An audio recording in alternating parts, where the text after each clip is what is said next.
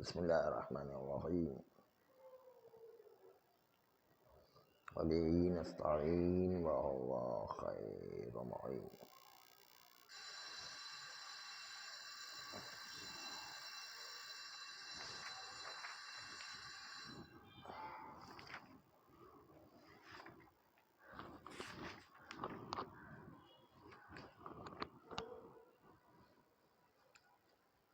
یکی از تنبیہات باب براءت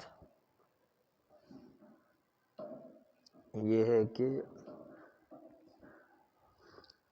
اصالت البراءت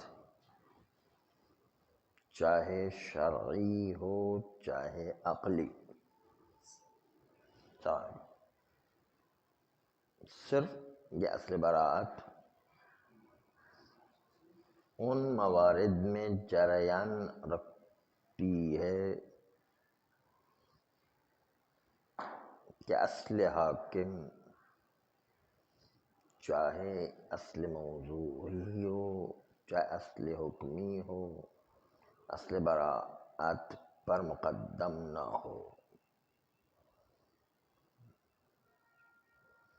وإلا اگر اصل براءت پر کوئی اصل حاکم موضوعی یا حکمی مقدم ہو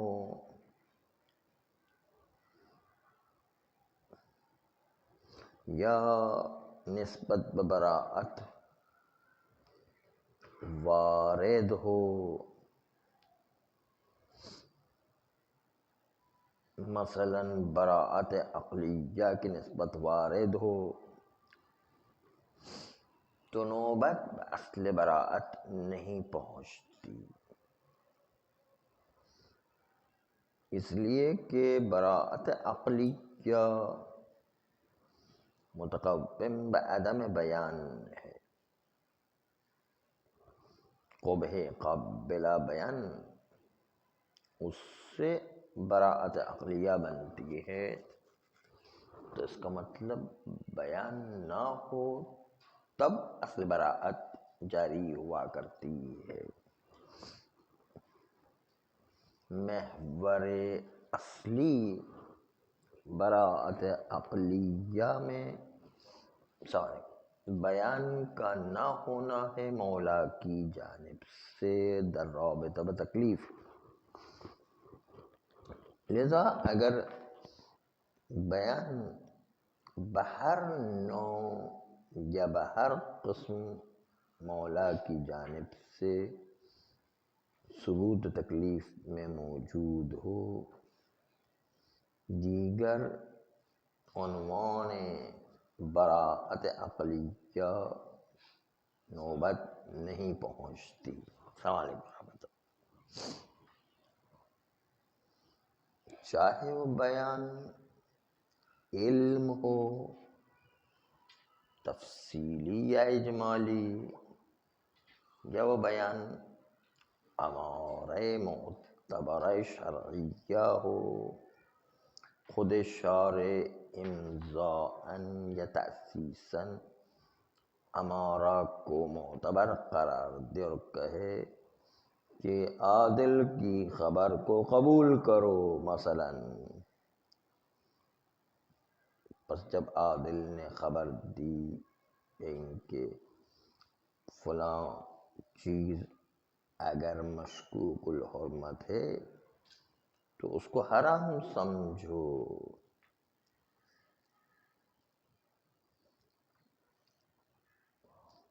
مولا کی جانب سے خبر عادل میں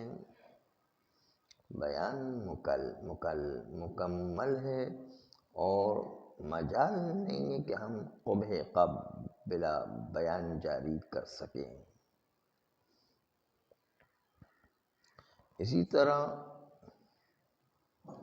اصل شرعی از طریق استصحاب ایک حکم یا تکلیف کو ثابت کرے،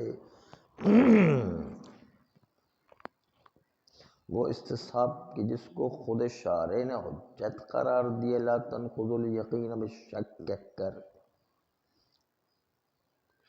یہ استصحاب اگر دلالت کرے ثبوت تکلیف پر یعنی دلالت پر حرمت الشیء مشکوک الحرمت، حرمت پر دلالت کر مشکوک الحرمت میں کان البیان من قبل المولا علی التکلیف تاما، تو مولا کی طرف سے بیان مکمل ہے استصحاب کے ذریعے سے، باوجود تمامیت بیان، قبح قب بلا بیان کی جگہ ہی باقی نہیں رہتی ہے۔ خلاصہ یہ کہ اصل برات اس جگہ جاری ہوگا کہ پہلے سے ہی بیان موجود نہ ہو، بیان علمی، بیان امر شرعی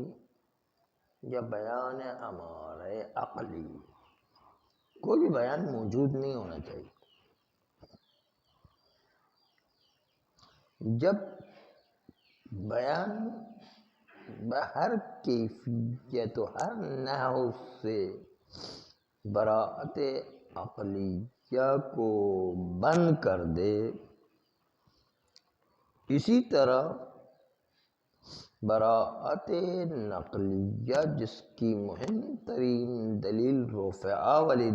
روایت ہے، رفع ما لا یعلمون، کہ امت نبویہ میں ہر وہ چیز جو معلوم نہیں ہے وہ مرفوع ہے، لیکن وہ تکلیف کہ جو لا حجت للمولا، اس تکلیف پر مولا کی طرف سے حجت تمام نہیں ہوئی ہے۔ اما اگر حجت تمام ہو جائے تو یہاں پر رفع ما لا یعلمون، یعنی رفع التکلیف الذی لا حجت للمولا علی العبد، وہ تکلیف کی جس کی حجیت مولا کی عبد کے اوپر تمام ہو جائے، ایسی حجت موجود نہ ہو تو پھر رفع جاری ہوتا ہے۔ یعنی وہ تکلیف کہ جو مکلف تک بھی پہنچے اور صغریٰ کبریٰ بھی مکمل ہو جائے،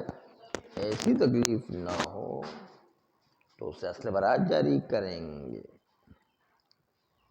چاہے وہ ہمارا شرعیہ ہو چاہے ہمارا عقلیہ ہو، حتیٰ اگر اصل عملی بھی ہے، استصحاب دلالت بر ثبوت تکلیف رکھتا ہو، مولا اسی استصحاب سے استناد کر سکتا ہے اس بات کے اوپر کہ لا تنقضوا الیقین بالشک کے ذریعے سے میں نے حجت تم پر تمام کی تھی تو تم نے کیوں استصحاب پر عمل نہیں کیا، اور کیوں بہانہ کیا کہ کوئی بیان نہیں تھا۔ حدیث رفع میں بھی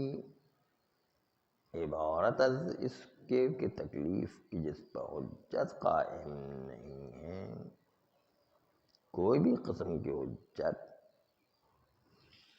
وہاں پر حجت قائم ہو جائے تو رفع جاری نہیں ہوگی، حجت قائم نہیں ہوتی ہے تو پھر اصل براءت جاری ہونے کی نوبت پہنچتی ہے۔ چند موارد ایسے ہیں کہ جہاں پر اصل براءت کی نوبت کبھی نہیں پہنچتی ہے، اور اس میں فرق نہیں ہے کہ شبہ موضوعیہ ہو یا شبہ حکمیہ ہو۔ اگر شبہ موضوعیہ میں استصحاب در رابطہ بموضوع جریان رکھتا ہو، مثل ان کے مایے جس میں ابھی شک کر رہے ہیں کہ انہو خمر او خلون، حالت سابقہ خمریت رکھتا ہے کل قات تھا کہ خامر ہے، لیکن آج شک کر رہے ہیں کہ آیا اس میں تحول و تغیر کے نتیجے میں سرکہ بنا ہے یا اسی خمریت پر باقی ہے۔ یہاں پر ہم اصالت الاباحہ یا اصالت البراءت جاری نہیں کر سکتے ہیں، بلکہ یہاں پر استصحاب خمریت جاری کریں گے، کیونکہ حالت سابقہ متیقنہ خمریت ہے۔ استصحاب جب جاری ہوگا موضوع میں، احکام شرعیہ جو مترتب پر اس موضوع ہے وہ سب کے سب احکام بھی اس موضوع کے استصحاب کرنے کے نتیجے میں جاری ہوں گے۔ مثلا استصحاب خمریت کیا تو اس کے نتیجے میں حکم بحرمت شرب مائع بھی آئے گا اور حکم بنجاست مائع بھی آئے گا، اس لیے کہ خمر اس پر حرمت بھی آیا کرتا ہے، خمر اس پر نجاست بھی آیا کرتا ہے۔ اسی طرح موارد دیگر اسی استصحاب کی مانند اصالت البراءت و اصالت الاباحہ جاری اس وقت ہوگا کہ جب تک وہ استصحاب موجود نہ ہو، استصحاب کی نظیر موجود نہ ہو۔ ایک عورت مشکوک ہے کہ آیا آپ کی زوجہ ہے یا نہیں ہے، تو آپ اصل براءت جاری کر کے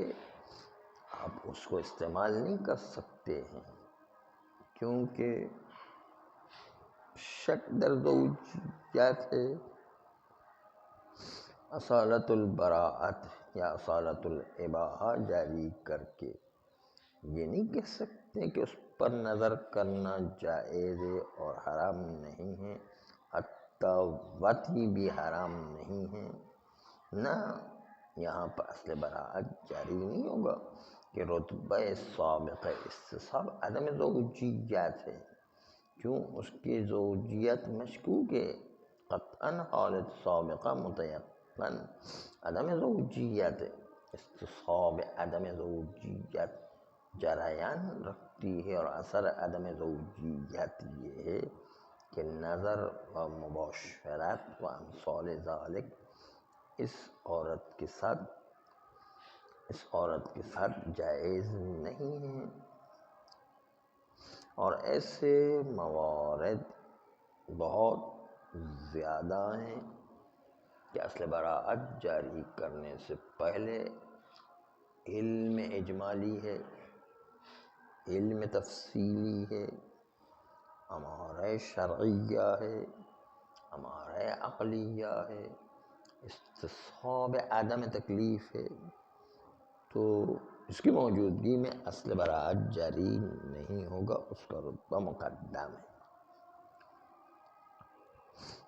لیکن یہاں پر ایک نکتہ ہے کہ اگر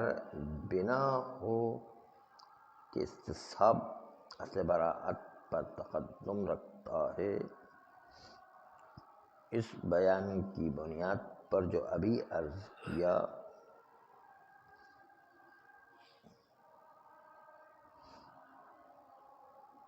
استصحاب اقتضاء عدم تکلیف رکھتا ہے،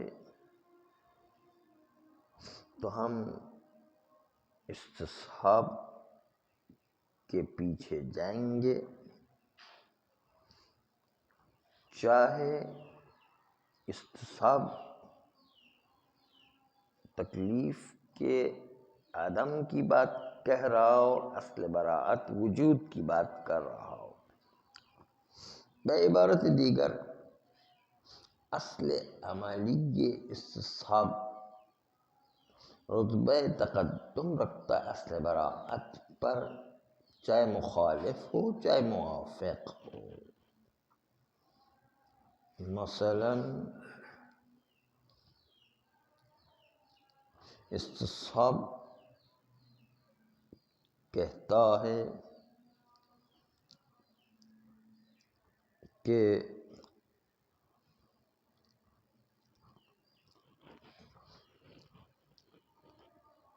ایک چیز نجس ہے لیکن شک کے در نجاست میں اصل براءت جاری ہے، اصالت الطہارت جاری ہے،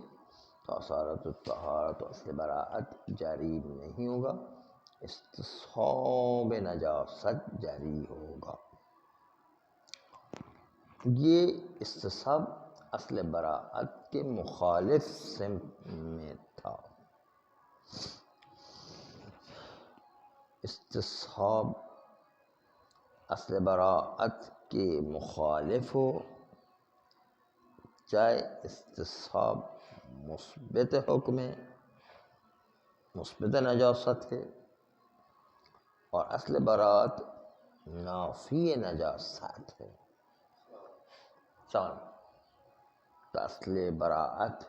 جاری نہیں ہوگا، استصحاب نجاست جاری ہوگا۔ اسی طرح استصحاب اصل براءت سے دونوں ایک ہی نتیجہ لے رہے ہیں، جس طرح اصل براءت تکلیف کی نفی کرتا ہے، استصحاب بھی عدم تکلیف و عدم جعل حرمت یا عدم جعل وجوب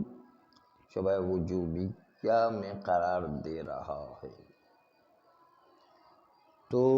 استصحاب کی موجودگی میں موافق ہونے کے باوجود اصل براءت جاری نہیں ہوگا، بلکہ استصحاب عدم تکلیف جاری ہوگا۔ موافق میں اصل براءت نہیں آتا، بلکہ استصحاب کا رتبہ اصل براءت اصل طہارت کا مقدم ہے۔ بس استصحاب نہ صرف یہ کہ مخالف براءت ہونے کی صورت میں مقدم، بلکہ موافق ہونے کی صورت میں بھی استصحاب اصل براءت پر تقدم رکھتا ہے۔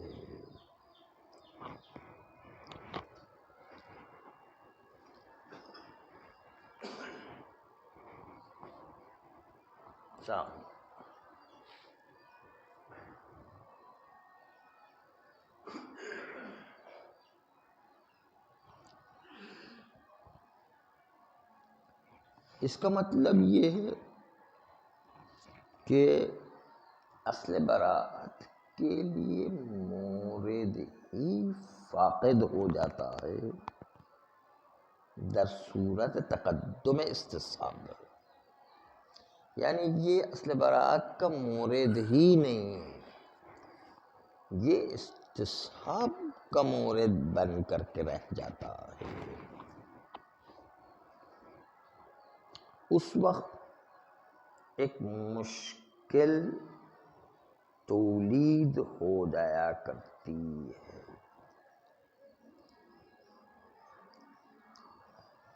کہ جہاں پر استصحاب چاہے موافق براءت ہو چاہے مخالف براءت ہو، تو اس کا مطلب یہ ہوا کہ اصل براءت اپنی بساط کو لپیٹ لیتا ہے اور چلا جایا کرتا ہے۔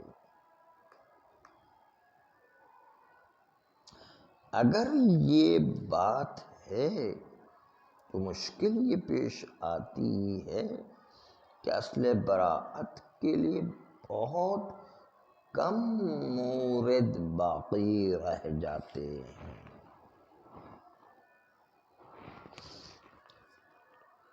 وہ جگہ کہ جہاں پر کسی قسم کا کوئی استصحاب نہ ہو، نہ نفیاً ولا اثباتاً، یہ مورد انتہائی کم ہے،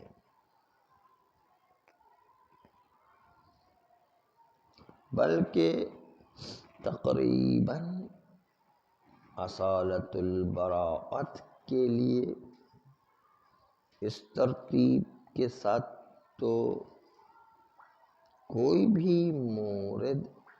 باقی رہنا مشکل ہے، اس لیے کہ از باب مثال یہی شرب توتن جو شبہ تحریمیہ میں مثال دی جاتی ہے، بنابر قول اصولیین مجرا اصل براءت و اصالت الاباحہ شرب توتن ہے، تو بحث پیش آئے گی کہ آیا شرب توتن شریعت سابقہ میں کوئی حکم رکھتا تھا یا نہیں؟ اگر شریعت سابقہ میں کوئی حکم مشخص رکھتا تھا، ابھی آپ شک کرتے ہیں کہ وہ حکم شریعت سابقہ کا اسلام میں باقی ہے یا باقی نہیں ہے، وہی حکم شریعت سابقہ کو جاری کریں گے استصحاب کی بنیاد پر۔ لہذا استصحاب ایک ایسی چیز ہے کہ انسان مورد شک میں حکم بشریعت سابقہ کو استصحاب کرے، اس کا مطلب یہ ہے کہ دین اسلام تمام ادیان کو ناسخ کرتا ہے، اس کا مطلب یہ ہوا کہ جمیع احکام کو تو نسخ نہیں کیا، خود اسلام فرماتا ہے کہ کتب علیکم الصیام کما کتب علی الذین من قبلکم لعلکم تتقون، کہ روزے کو اسلام میں اسی طریقے سے لکھا گیا ہے جس طرح امت سابقہ پر لکھا گیا تھا۔ یا حضرت عیسیٰ علیہ السلام فرماتے ہیں نماز کے باب میں اوصانی بالصلاۃ والزکوٰۃ ما دمت حیا، معنی نسخ یہ نہیں کہ تمام شریعت سابقہ کو نقض کر دیا گیا ہے، بلکہ معنی نسخ یہ ہے کہ جملے مقتد بہ و قسمت مہم از احکام نسخ ہو گئے ہیں اور کچھ قسمت مہم اپنی جگہ پر باقی ہیں۔ اب آپ فرض کریں کہ حکم شرب توتن کو شریعت عیسیٰ علیہ السلام میں جانتے ہیں کہ شرب توتن حرام تھا، ابھی آپ شک کر رہے ہیں کہ استصحاب بقاء حرمت جاری کریں، جب آپ جانتے ہیں کہ عیسیٰ علیہ السلام کے دور میں حرام تھا، یا اگر آپ جانتے ہیں کہ حضرت عیسیٰ علیہ السلام کے دور میں حلال تھا، تو جیسا شریعت سابقہ میں جانتے ہیں اسی کو جاری کریں گے، اور مجال باقی نہیں ہے کہ اصل براءت کو یہاں لے کر آئے۔ اگر شرب توتن کو شریعت عیسیٰ علیہ السلام میں آپ نہیں جانتے ہیں اور آپ کے لیے کوئی راہ نہیں ہے کہ استکشاف کر سکیں کہ شریعت سابقہ میں کیا حکم تھا، یہاں پر بحث پیش آتی ہے کہ دین مبین اسلام میں آیا شرب توتن حرام ہے امضاءً یا تأسیساً، استصحاب عدم بھی جاری نہیں کر سکتے ہیں، پھر جعل حرمت یا جعل حلیت امضاءً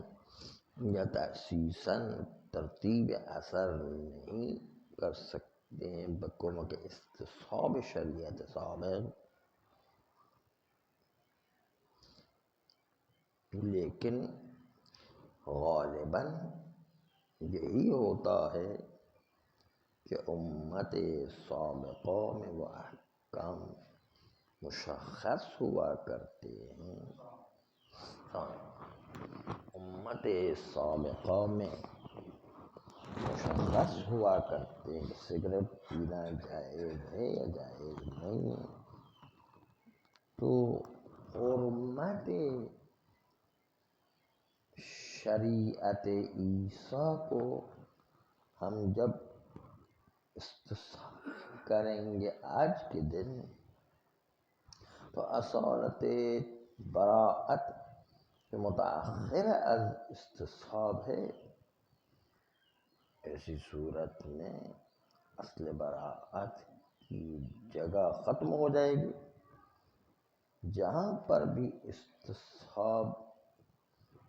آ سکتا ہے اصل براءت جاری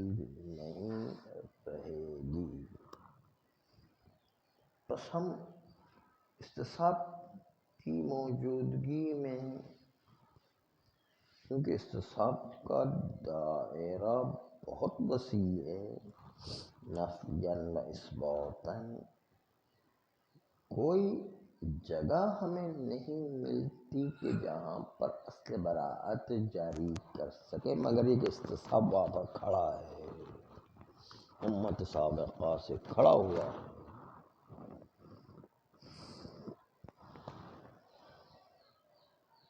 مگر یہ کہ آپ یوں کہیں کہ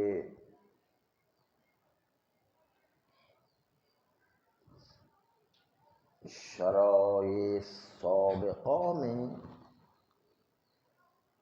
بعلت ان کے موضوعات مستحدثہ، اس کے لیے کوئی حکم موجود نہیں تھا نفیاً و اثباتاً، اس لیے کہیں کہ توتن ایک امر حادث جدید ہے، ایسا نہیں ہے کہ سابق میں شرب توتن کا کوئی موضوع تھا، نہیں، شرائع سابقہ میں شرب توتن نام کی چیز ہی نہیں تھی، اس لیے کہ موضوع مستحدثہ اور جدید ہے۔ جب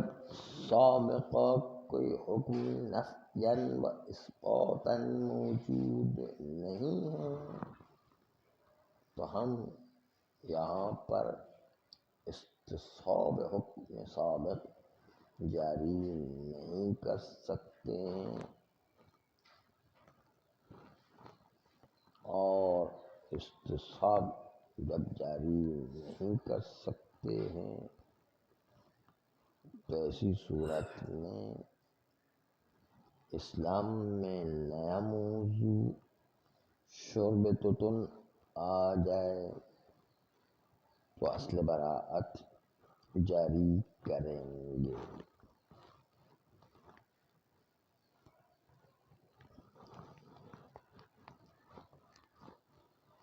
اور چونکہ اسلام اس میں پہلی مرتبہ موضوع جدید آیا ہے، اور موضوع جدید کا حکم سابقہ امتوں سے پتہ نہیں چل رہا ہے۔